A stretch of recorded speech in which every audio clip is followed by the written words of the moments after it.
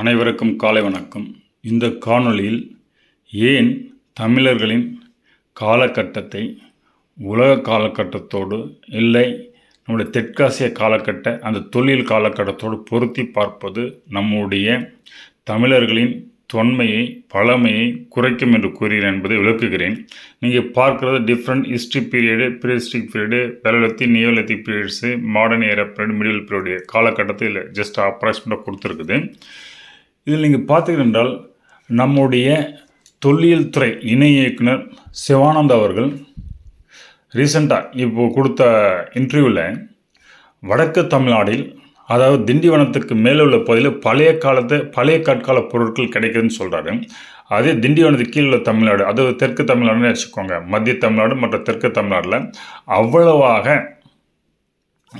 நமக்கு பழைய கற்கால பொருட்கள் கிடைக்கல. ஆனால் மதுரை அது கீழே பகுதியில் இடைக்கற்கால பொருட்கள் கிடைக்குது, அப்புறம் புதிய கற்கால பொருட்கள் கிடைக்குது.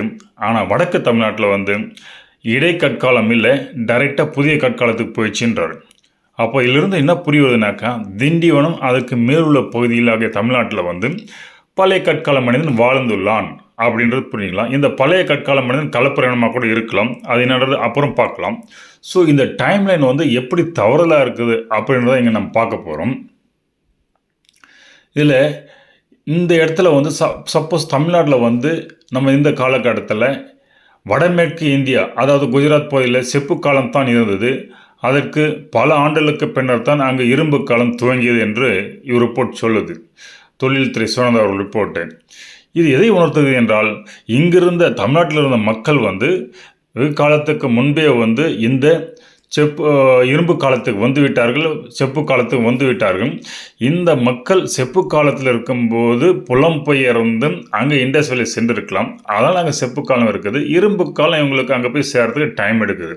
அப்படி ஒரு லாஜிக்கல் ஏதோ எடுத்துக்கலாம். இதுக்கு எவிடன்ஸ் கிடைக்குன்னு பார்த்தாக்கா, அதுக்கும் எவிடன்ஸ் என்னன்னாக்கா, நமக்கு ஆதிச்சநல்லூர் மற்றும் சிவகலையில் கிடைத்த இந்த இரும்பு பொருட்களை கிமு 3345 வருடங்கள் பழமை சொல்கிறாங்க. அப்போ காலத்தியால் முந்திய இரும்பு பொருட்களும் இப்போ உலகத்திலே தமிழ்நாட்டிலாம் இருக்குது. எனவே தமிழர் டைமில் ரொம்ப குறைத்து மதிப்பிடப்பட்டிருக்கு என்பதை நாங்கள் ஆய்வு செய்ய போகிறோம். எனவே சிவானந்த் அவர்களின் கூற்றின் அடிப்படையாக கொண்டு நாம் ஆராய்ந்தால் நாம் இந்த கட்டுரையில் குறிப்பிட்ட டைமில் உங்களுக்கு ஏற்புடையாக வரும் என நம்புகிறேன். அதாவது பழங்குடி இனங்களாக குமரிக்கண்டத்தில் வாழ்ந்த மக்கள் சுனாமியின் போது புலம்பெயர்ந்து இலங்கை வழியாக ராமநாதத்தின் வழியாக இந்தியாவின் தமிழ்நாட்டின் வடப்பகுதிக்கு வந்திருக்கூடும். இங்கே ஏற்கனவே இருந்த பழங்கால மக்கள் மனித தமிழர்களும் இங்கே இருக்கிறாங்க. அப்படி இருந்தவர்கள் ஆற்றுப்படையில் தங்கியிருந்து முதல்ல கடற்கரையில் வாழ்கிறாங்க, மீன் பிடித்து வர்றாங்க. அப்படி ஆற்றுப்படையில் முன்னேறோம்னா அவர்கள் விவசாயம் கற்றுக்கிறாங்க, அப்படியே முன்னேறி போகிறாங்க. இப்படி தான் நாகரிகம் வளர்ந்துருக்குது. அதனால தான் நமக்கு திண்டிவனத்துக்கு மேல் அப்போதைய புலம்பெயர்ந்த அந்த பல்லர்கள் என சொல்லப்படும் பழங்குடியின மக்கள் வாழ்ந்த பகுதியில் புதிதாக இந்த ஸ்ரீலங்காவில் வந்த மக்கள் தமிழ் மக்கள் குடியேறி இந்த பழங்குடி மக்களாகிய கலப்பொருளை வடக்கு நோக்கி தள்ள அவர்கள் தெலுங்கானா பகுதியில் சென்று வாழத் தொடங்கினர். அவர்தான் கலப்பர இனமாக மாறியிருப்பார்கள். அதனால் தான் இந்த வடக்கு தமிழகத்தில் நிறைய பழைய கற்கால கருவிகள் கிடைத்துள்ளன என்பது என்னுடைய கணிப்பு. இதற்கு நான் முன்வைக்கும் சான்றுகள் பழைய கற்கோயில் முதலில் காஞ்சிபுரத்தில் தான் உருவாகி இருக்கிறோம். ஏன்னா அங்கே கடலில் புதைந்த கற்கோயிலெல்லாம் இருக்குது, பல விஷயங்கள் இருக்குது. அதெல்லாம் நம்ம ஆராய வேண்டியிருக்குது. அதன் தொடர்ச்சி தான் அங்கு தற்பொழுதும் இந்த சிற்பக்கலை தொடர்ந்து வருகிறது. சிற்பக்கலைக்கென அங்கே ஒரு யூனிவர்சிட்டி இருக்குது. இவர்கள் அடுத்தடுத்து ஏற்பட்ட சுனாமி மற்றும் இயற்கை சீற்றங்கள் கொஞ்சம் கொஞ்சமாக மேலே வடக்கு நோக்கி நகர்ந்திருக்கலாம். இவ்வாறு வடக்கு தமிழ்நாட்டில் வாழ்ந்த இந்த பல்லரினம் அது கீழ், அதாவது காவிரி ஆற்று படைகளில் வாழ்ந்த சோழருடன் ஏற்பட்ட பிரச்சனைகளால் இந்த பலம் பொருந்திய சோழர்கள் படையெடுப்பால் வடக்கு நகர்ந்திருக்கலாம். மேலும் ஸ்ரீலங்கா இந்த குபேரன் கூட வந்த மக்களும் இவர்களை புலம்பெயர் தள்ளியிருக்கலாம். இந்த சோழர்கள் பல்லவர் காலத்திற்கு முன்பே, அதாவது குபேரன் காலத்தில் மக்களே இங்கே வந்து புலம்பெயர்ந்த மக்கள் அவர்கள். குபேரனுக்கும் ராவணுக்கும் சண்டை நடந்தபோது புலம்பெயர்ந்த மக்கள். இதை வந்து கிமு 27,000 பிசி, அது அப்புறம் பார்க்கலாம். இந்த சோழர்கள் வருவதற்கு முன் தாமிரபரணி ஆற்றை ஒட்டி வாழ்ந்தவர்கள் பாண்டிய மன்னர்கள். இவர்கள் கன்னியாகுமரி பகுதி குமரிக்கணத்துடன் தொடர்பு இருந்த பொழுது சுனாமியின் போது வடக்கு நோக்கி நகர்ந்து கன்னியாகுமரி முதல் தாமிரபரணி வரை இருந்திருக்கலாம். பிற்பாடு வந்த அடுத்தடுத்த சுனாமிகளால் இவர்கள் கூட்டம் மேலும் நகர இவர்கள் வைகை ஆற்று வரையிலும் வந்து அப்படியே பரவி இவருடைய நாகரிகம் விரிந்திருக்கலாம். மதுரை தலைநகரம் கொண்டு அதன் பிறகு ஆட்சி செய்துள்ளார்கள். இவ்வாறு பாண்டியர்கள் வடக்கு திசையில் மேல் நோக்கி நகர தமிழகத்தில் இவர்கள் சோழர்களை மேல் நோக்கி தள்ள தமிழகத்தில் வந்து இவர்கள் அதுக்கு மேலே வந்து பாண்டியர்களுக்கு மேலே பார்த்தீங்கன்னா காவிரி ஆற்றுப்படையிலேருந்து சோழர் தான் இருக்கிறாங்க. அப்போது இவர்கள் பாண்டியர்கள் மேலே ஏற இந்த சோழர்கள் வந்து அகைன் புஷ் பண்ணுறாங்க. அப்போ சோழர்கள் வந்து அப்படியே மேலே போயிட்டு தென்பண்ணை ஆறு பாலாறு அப்படி நோக்கி நகர வேண்டிய சுச்சுவேஷன் உங்களுக்கு. இது பாண்டியர்கள் வந்து பெரிய கிங்டம் சிவிலைஸ் பீப்புள் வந்து இவங்களை புஷ் பண்ணுறாங்க. இந்த சோழர்கள் பல்லவர்களை மேல் நோக்கி வடக்கு திசையில் தளத்தில் இந்த பல்லவர்கள் பாண்டியர்களின் துணை கொண்டு சோழர்களை வென்று சோழர்களை அவர் கீழ் குறுநில மன்னர்களை கொண்டு வந்ததால் சோழர் ஆட்சி கொஞ்சம் காலம் வெளிப்படையாக தெரியவில்லை. இது வந்து இதனால் வந்து ஏலி சோழர்ஸ் பீரியட் வந்து முடிஞ்சிடுச்சு. அதற்கப்புறம் கிட்டத்தட்ட நீண்ட நாள் கழித்து தான் வந்து 1800 கிபி 800 தான் வந்து சோழர் காலத்தில் வந்து ஜஸ்ட் அந்த குறுநில மன்னர்கள்லாம் வெளிப்படுறாரு. எனவே இது எப்படின்னாக்கா இந்த முதலாம் ஆதித்யா சோழன் பல்லவ மன்னருடன் சேர்ந்து பாண்டிய மன்னருக்கு பல்லவர்களுடன் சேர்ந்து போர் புரிந்து பல்லவர்கள் பாண்டியர்களை வெண்ண துணையாக நின்றதால் அதன் பிறகு இந்த பல்லவர்கள் பாண்டியரை வென்றதால் இந்த சோழ மன்னர் ஆதிச்சோழனுக்கு ஒரு சில பகுதியிலே வந்து இந்த பல்லவ மன்னன் அபராஜிதா வர்மன் கொடுக்கிறார். பிற்பாடு இந்த சோழ மன்னன் ஆதித்யவன் இந்த அபராஜிதவர்மனையும் பல்லவ மன்னையும் கொண்டுட்டு அந்த பல்லவ ஆட்சியும் பிடிக்கிறாரு. பல்லவ ஆட்சி பிடிச்சி கொஞ்சம் எக்ஸ்பெண்ட் திரும்ப பாண்டியர்கள் சைடும் புஷ் பண்ணுறாரு. இவ்வாறு தான் சோழர் வந்து லேட்டர் சோழர்ஸ் வந்து டெவலப் ஆகிறாங்க. எனவே ஏழை பல்லவர்கள் பற்றிய குறிப்புகள் நமக்கு சரிவர கிடைக்கல. ஏன்னா நிறைய வந்து நமக்கு எவிடன்ஸ் இல்லை. பல மேபி அந்த மகாபலிபுரத்தில் வந்து அந்த கடற்கரை கட்கோயிலெல்லாம் வந்து கடலில் இருக்கிறனால அங்கே என்ன இயற்கை சீற்றங்கள் நமக்கு தெரியல. அதெல்லாம் ஆராய வேண்டியிருக்குது. இந்த இயற்கை நிகழ்வுகள் பாண்டிய சோழம் மற்றும் பலருடைய முதல் பிரச்சனை உருவாக்குது. எப்படின்னாக்கா அவங்க வாழோட ஆதாரமே வந்து பாண்டியர்கள் கீழேருந்து தெற்குலேருந்து வடக்கு நோக்கி நகர வர ஏற்கனவே மக்களாகிய சோழர் பல்லவர்கள் வந்து அவங்களுடைய புஷ் இவங்களே சண்டை ஏற்படுது. அதனால தான் அவங்களுக்கு ஒவ்வொருத்தரும் அடிக்கடி சண்டை ஏற்பட்டிருக்குது. இது இயற்கையினுடைய நிர்பந்தத்தில் ஏற்பட்டிருக்குது. மேலும் இது நாம் ஆராய்ந்து பார்த்தால் பழைய கற்காலம் வட தமிழ்நாட்டில் அதிகம் உள்ளதால் அவர்களுடைய சாரல் அதிகம் கிடைக்கப்பட்டதால் அங்கு தொன்று வாழ்ந்த பழங்குடியினராக இருந்திருக்கக்கூடும் என்பது விளங்குகிறது. மேலும் வட தமிழ்நாட்டில் இடைக்காலம் இல்லாமல் புதிய கற்காலம் டைரக்டாக உருவாச்சு என்கிற சிவானந்த அவர்களின் கூற்றுப்படி பார்த்தால் இந்த காலகட்டத்தில் புலம்பெயர்ந்து வந்த புதிய மக்கள் இந்த வட தமிழ்நாட்டில் குடியேறியிருக்கலாம். அதனால தான் இங்கே வந்து புதிய கற்காலம் டைரெக்டாக ஸ்டார்ட் ஆகிடுச்சு, இடைக்கற்காலம் இல்லை. அப்போ இந்த குமரிக்கண்டத்தில் ஏற்பட்ட பிரச்சனை தான் வந்து ஒவ்வொரு விஷயத்துக்கும் வந்து தமிழ்நாட்டில் வந்து இந்த கலாச்சாரம் வந்து மாறதுக்கு காரணமாக இருக்குது. அப்போது வட தமிழ்நாட்டில் வந்து உங்களுக்கு இடைக்கற்காலம் இல்லை. அதே வந்து தென் தமிழ்நாட்டில் வந்து பழைய கற்காலம் இல்லை. டைரெக்டாக ரெண்டு வட தமிழ்நாடு தென் தமிழ்நாடு ஒரே டைமில் புதிய கற்காலம் வருதுனாக்கா இந்த டைமில் சிவிலைஸ்டு பீப்புள் வந்து அந்த குமரிக்கண்டத்தில் இருக்கும்போது இந்த ஸ்ரீலங்காலாம் இங்கே வந்து புஷ் ஆகிறாங்க. ஏற்கனவே மக்களை தமிழ்நாட்டில் தள்ளுறாங்க மேலே. அடுத்து இந்த புலம்பெயர்ந்த மக்கள் முதலில் தெற்கு தமிழ்நாட்டில் குடியேறி பிறகு வடக்கு தமிழ்நாட்டுக்கு நகர்ந்திருக்கலாம். ஆனால் தான் ஒரே நேரத்தில் வடக்கு மற்றும் தெற்கு தமிழில் புதிய கற்காலம் உருவாகிறது உங்களுக்கு விளங்கி இருக்கிறது. பிறகு இரும்பு காலத்திற்கு இந்த வட மற்றும் தென் தமிழ்நாடு ஒரே காலத்தில் நகர்ந்துள்ளது என்பதை இந்த சிவானந்த ஆராய்ச்சி நமக்கு வந்து சான்றிதழ் கொடுக்குது. அந்த காலகட்டத்தில் தமிழகம் முழுவதும் இந்த இரும்பு காலம் பரவியிருந்தது என்று நாம் அறிய முடிகிறது. ஆனால் இந்த காலகட்டத்தில் வடமேற்கு இந்தியாவில் செப்பு காலம் தான் இருந்தது. அதாவது கிமு 4000 டு கிமு 2000 பீரியட் தான் செப்பு காலம் சொல்கிறாங்க சவுத் ஏஷியா தொழில் ரெக்கார்ட் படி.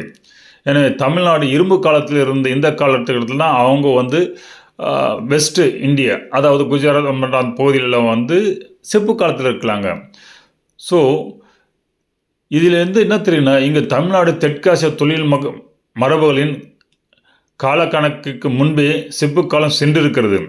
அந்த கலாச்சாரம் குஜராத் போன்ற வடமேற்கு இந்திய பகுதியில் இங்கிருந்து புலம்பெயர்ந்த மக்கள் அங்கு சென்றடி ஏற்பட்ட காலத்தால் தான், அந்த காலத்தாபத்து இடைவெளியில் தான் இந்த டிஃப்ரென்ஸ் இருக்கின்றது என்னுடைய கருத்து. எனவே வடமேற்கு இந்தியாவில் செப்பு கலாச்சாரம் இருந்தபோது தமிழ்நாட்டில் அந்த பேரல் டைமில் வந்து இரும்பு கலாச்சாரம் இருந்திருக்குது. எனவே இதிலிருந்து தமிழகத்தில் செப்பு காலத்தில் வாழ்ந்த தமிழர்கள், அதாவது இந்த பல்லவர்கள் மற்றும் சோழர்கள் கிமு 6500 வாக்கில் வட தமிழ்நாட்டிலிருந்து ஆந்திரா, மகாராஷ்டிரா வழியாக குஜராத் போன்ற இந்த செப்பு காலத்தில் சென்று அடைந்திருக்கலாம்னு சொல்கிறேன். இது வந்து மாடர்ன் தொழில்துறை ரெக்கார்ட் செப்புகளை கால்குலேட் பண்ணியிருக்கேன். ஆனால் ஆக்சுவலி பார்த்தீங்கன்னா இந்த செப்பு காலம் வந்து ரொம்ப ஏர்லியராக வந்து நம்ம உருவாக்கி அது பின்னாடி பார்க்கலாம். இது வந்து ஹிஸ்ட்ரியோட மேட்ச் பண்ணி கொஞ்சம் கொண்டு போகிறோம். ஆனால் டிஃப்ரென்ஸ் ஏன்றது பின்னாடி ப்ரிவாக பார்க்கலாம். அதே சமயத்தில் குமரிக்கணத்தில் இருந்து புலம்பெயர்ந்த பாண்டிய மன்னர்கள் மற்றும் சோழ மன்னர்கள் கிமு 4000 வாக்கில் இங்கு தமிழ்நாட்டில் இரும்பு கலாச்சாரத்தை நகர்ந்திருக்கலாம் என்று நாம் கொள்ள வேண்டியிருக்கிறது. இது வந்து எவிடன்ஸ் பேஸ் நான் போகிறேன். இதன் மூலம் தமிழகத்தான் இந்த செப்பு, வெண்கலம் மற்றும் இரும்பு கலாச்சாரத்தை, அதன் தொழில்நுட்பத்தை மற்றைய நாகரிகங்களுக்கு கொடுத்திருப்பார்கள் என்பது இந்த என்னுடைய கணிப்பு. இந்த கால இடைவெளியை இருப்பதற்கு கொண்டு நாம் இது வந்து உணரவும் முடியும். ஏன்னா குஜராத்தில் வந்து செப்பு கலாச்சாரம் இருக்கும்போது தமிழ்நாட்டில் இரும்பு கலாச்சாரம் இருக்குனாக்கா, அப்போ ஏன் அந்த குஜராத்தில் இந்த வெஸ்ட் இந்தியாவில் வந்து அவ்வளோ டிஃப்ரென்ஸ் இருக்குன்னா, இங்கேருந்து புலம்பெயர்ந்த போன மக்கள் இந்த டெக்னாலஜி பார்த்த டைம் தான், அந்த கேப்பில் தான் இந்த டிஃப்ரென்ஸ் இருக்குன்ற என்னுடைய கணிப்பு. எனவே இந்த மெட்டலர்ஜி தொழில்நுட்பம் அடிப்படையில் பார்த்தாலும் தமிழ்நாட்டில் எப்படி டிஃப்ரெண்ட் டைமில் குமரி கண்ட மக்கள் இங்கு குடியிருக்கலாம் என்பது உங்களுக்கு புரிந்திருக்கும் என நம்புகிறேன். உங்கள் புரிதலுக்காக புராண நிகழ்வுகளையும் மற்றும் சயின்டிஃபிக் எவிடன்ஸையும் உடைய டைம்லைனை இணைத்து இலக்கியன் டைம்லைன் அடிப்படையாக கொண்டு இங்கு ஒரு சில டைம்லைனை வந்து புராணம் பேஸ்டு உருவாக்குறேன். அதில் பார்த்தீங்கன்னாக்கா வந்து இந்த சிவகாலம், மனுக்காலம் என்பது வெகு காலத்துக்கு முன்பு நமக்கு வந்து ஈவன் புராணத்தில் அதுக்கு அதனுடைய காலம் என்ன என்பது தேட வேண்டியிருக்குது.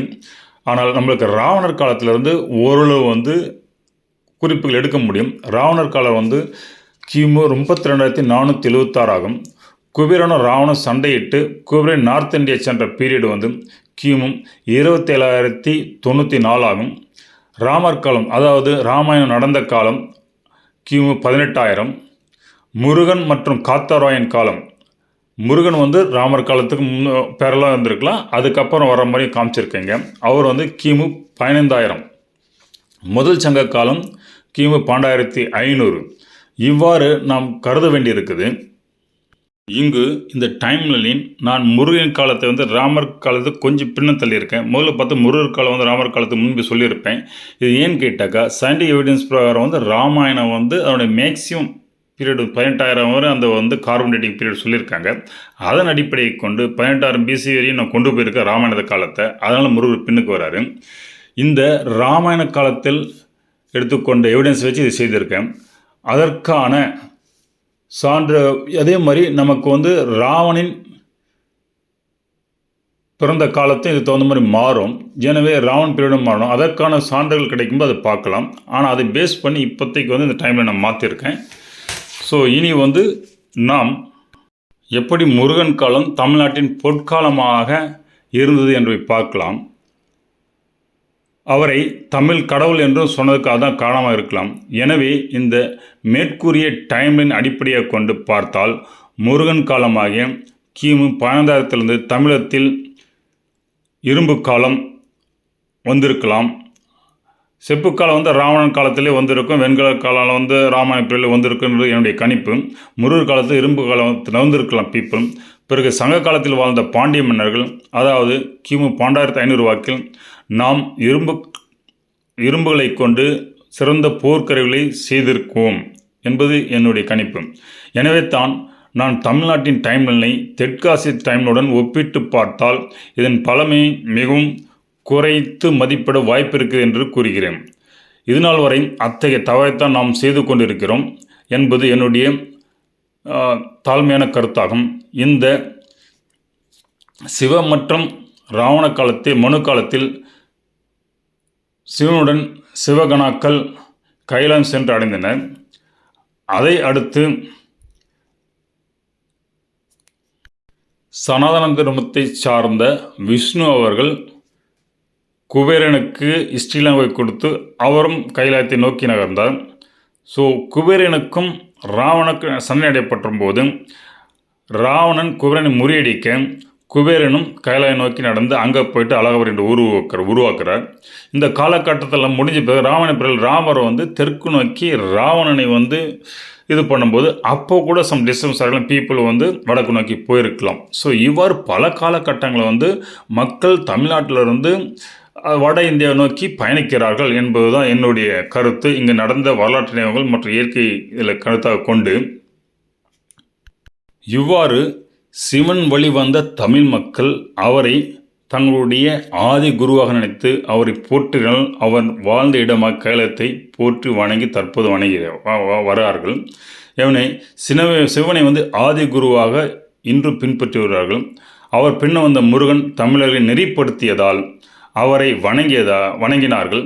நம் சங்ககால நூல்களில் சிவன் பற்றிய குறிப்புகள் இல்லை என்றால் இங்கு வெகு காலத்துக்கு முன்பே சிவனின் குறிப்புகள் இருந்தன. அதில் வெகு காலத்துக்கு முன்பே புலம்பெயர்ந்ததால் இங்கிருந்து அடுத்த சுனாமிகள் காணாமல் போயிட்டது.